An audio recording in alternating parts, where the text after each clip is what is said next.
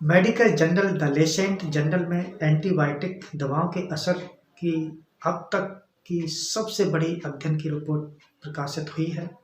इस अध्ययन के मुताबिक साल 2019 में दुनिया भर में 12 साल से अधिक लोगों की मौत बैक्टीरिया से संक्रमण के कारण हो गई। इन लोगों पर एंटीबायोटिक दवाओं का असर नहीं हुआ। हैरानी की बात है कि एंटीबायोटिक के बेअसर होने से हुई मौतों का ये आंकड़ा हर साल मलेरिया और एड्स से मरने वालों की संख्या से ज़्यादा है।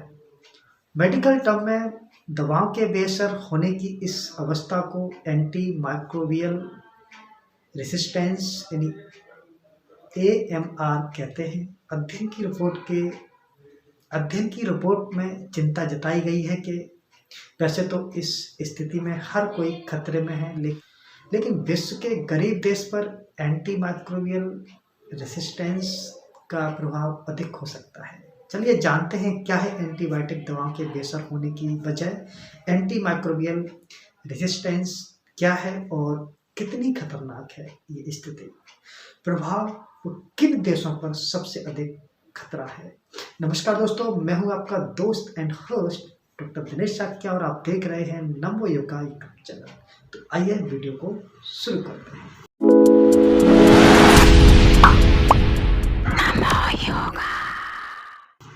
एंटीबायोटिक्स के प्रभाव का अध्ययन क्या है, आइए जानते हैं। सबसे पहले एंटीबायोटिक दवाओं के प्रभाव पर अमेरिका के वाशिंगटन विश्वविद्यालय के अंतर्राष्ट्रीय शोधकर्ताओं की एक टीम ने अध्ययन किया।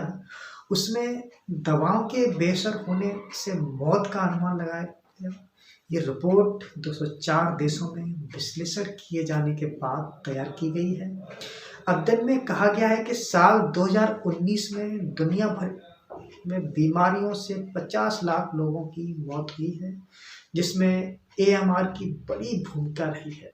वहीं 12 लाख लोगों की मौत सीधे सीधे एएमआर के कारण हुई, यानी 60 लाख से ज़्यादा लोगों की मौत एएमआर से संबंधित है। दोस्तों, एंटी माइक्रोबियल रेजिस्टेंस क्या है, इसको भी जान लेते हैं। द लेसेंट जर्नल में प्रकाशित स्टडी में बताया गया है कि एंटी माइक्रोबियल रेसिस्टेंस यानी एएमआर तब होता है जब बैक्टीरिया, वायरस, परजीवी और कवक में समय के साथ बदलाव होने लगता है। इस स्थिति में बैक्टीरिया पर दवाओं का असर नहीं होता। इसका प्रभाव ये पड़ता है कि संक्रमण होने पर इलाज करना मुश्किल हो जाता है। ऐसे में गंभीर बीमारी के फैलने और मौत का खतरा भी बढ़ जाता है। तो एंटी माइक्रोबियल रेजिस्टेंस से कैसे बचाया जा सकता है, आइए जानते हैं। अध्ययन में विशेषज्ञों ने इस स्थिति के बचाव के लिए सलाह देते हुए बताया कि नई दवाओं की व्यवस्था की जाए, जिसके लिए तत्काल निवेश की जरूरत है।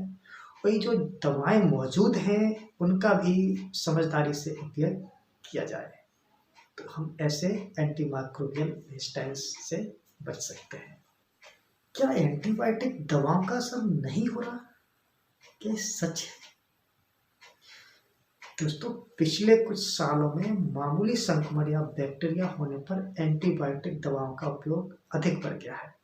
इस कारण गंभीर संक्रमणों पर एंटीबायोटिक्स का प्रभाव कम होने लगा है। जिन मामूली बीमारियों का इलाज हो सकता था, उससे पीड़ित लोगों की मौत हो रही है। इसकी वजह से जिन बैक्टीरिया से ये संक्रमण हो रहे थे वह अब इम्यून हो गए हैं, उनकी इम्यूनिटी लेवल बढ़ गया है और उन पर इलाज का असर नहीं हो पा रहा है। दोस्तों, अध्ययन के मुताबिक दुनिया भर में कोरोना काल में एंटीबायोटिक्स दवाओं का उपयोग बढ़ा है।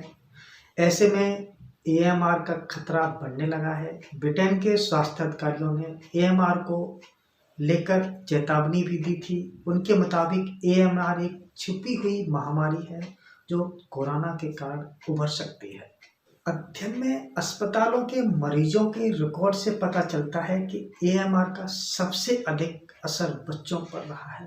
एंटीबायोटिक्स के बेअसर होने से जो मौतें हुई हैं, उनमें हर 5वीं मौत किसी 5 साल से कम उम्र के बच्चे की थी। तो दोस्तों, अधिक एंटीबायोटिक्स के इस्तेमाल से अब ये एंटीबायोटिक्स हमारे शरीर पर काम करना कम कर चुके हैं, तो हमें यह सलाह दी जाती है कि हमें नई एंटीबायोटिक्स के ऊपर ध्यान देना होगा और हमें एंटीबायोटिक्स का बड़ी सावधानी के साथ उपयोग में लाना होगा, जो अभी हमारे मौजूदा समय